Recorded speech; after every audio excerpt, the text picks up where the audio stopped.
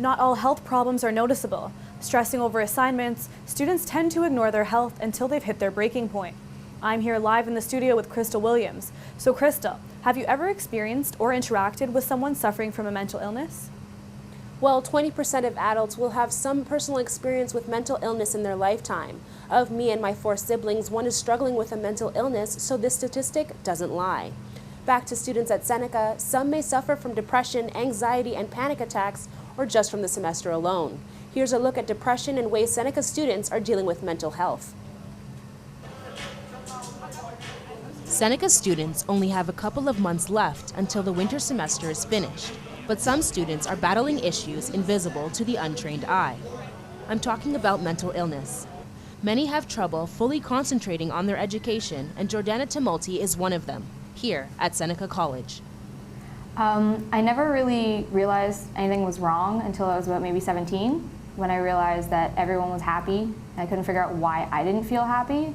Like I was just kind of going through it, but I knew I wasn't happy. In 2012, over 10% of people over the age of 15 had signs of mental or substance disorders. That's almost 3 million people. There is a good sign, though. The numbers are declining. In 2014, mental illnesses affected 2.5 million Canadians, but more than 60% were women. It's hard because people, they tend to notice, and then they tend to sort of either stay away from you or just constantly point it out. And that kind of makes you feel even worse because you're like, okay, yeah, I feel bad, but you pointing it out and then like telling everyone that I feel bad makes me conscious about how bad I feel. And then I'm like, okay, I feel even worse. Faith Starr, the radio manager here at Seneca at York, has her own struggle with mental illness. So Bella's talk is a great start for that. Students who are suffering from mental illnesses or just are having a really hard time at home or just don't know where to go to, there's tons of outlets. Like you could call suicide hotlines if it gets to that extreme, but you could also, I have a personal organization called Speak the Silence, and we have all these social media platforms that any day, anytime that you want, you can come talk to us. You can send us a message, tell us how you're feeling, and we'll help you.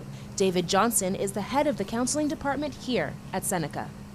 He says the pressure is a lot for students, especially with most of them just getting their first taste of adult life.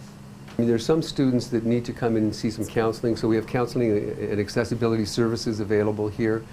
Specifically at Seneca York, we have trained counselors. We're located behind the security desk, and they're able to come in and request an appointment and an opportunity to talk through some of the issues.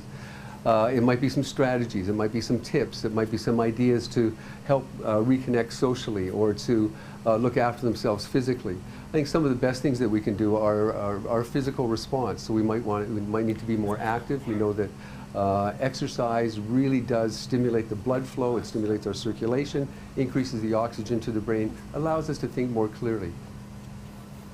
Well, there you have it. There are many ways to cope with the stresses of your education, finances, and issues at home. Mental illness needs to be addressed if you notice something amiss. If you can't concentrate, feel alone, or otherwise, visit student services, counseling, or even speak to your professor who can guide you to the right person to talk to. I'm Crystal Williams for Say News. Back to you, Saran.